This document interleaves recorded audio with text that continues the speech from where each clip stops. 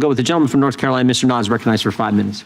Thank you, Mr. Chairman. Madam Secretary, thank you for being here. I'm pleased with the results we've discussed. To the Angel families, I'm going to apologize for my colleagues. They issue crocodile tears, they issue fake sympathy, and then they continue to defend the open border policies that enable preventable crimes that brought you here today. I'm ashamed. I'm ashamed that they are still continuing to defend illegal immigration and act like it is not a mortal wound to this country. Your country failed you, and I'm sorry. Madam Secretary, very quickly, does illegal immigration help or hurt the quality of health care for Americans? It hurts the quality of health care. Does it help or hurt the quality of public education? It hurts the quality of public education. Public safety? It hurts public safety. What about the quality of social safety nets? Yes. Does it help or hurt? It hurts. It diverts the resources away from American citizens who need the service of those programs. Does it help or hurt local law enforcement? It hurts them, stretches their resources too thin. What about the availability of housing? It's driven up housing costs. What about the cost of insurance? Insurance is higher. What about wages for American workers?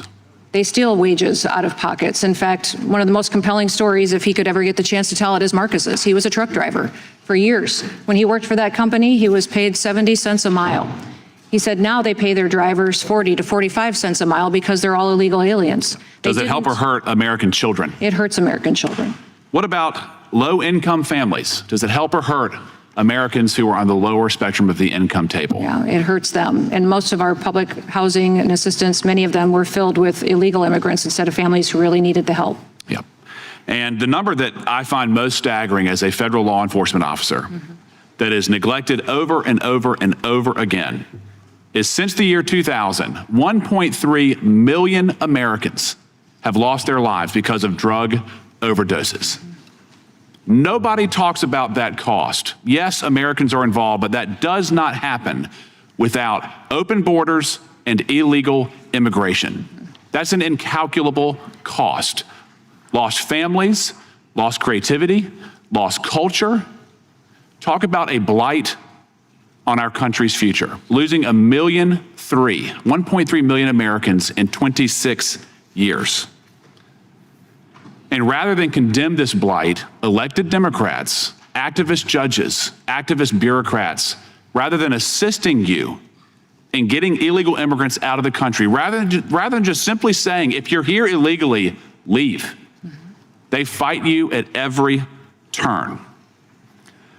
Can you please describe briefly the obstruction that you've had to endure in trying to remove people who are here illegally by my friends on the other side of the aisle?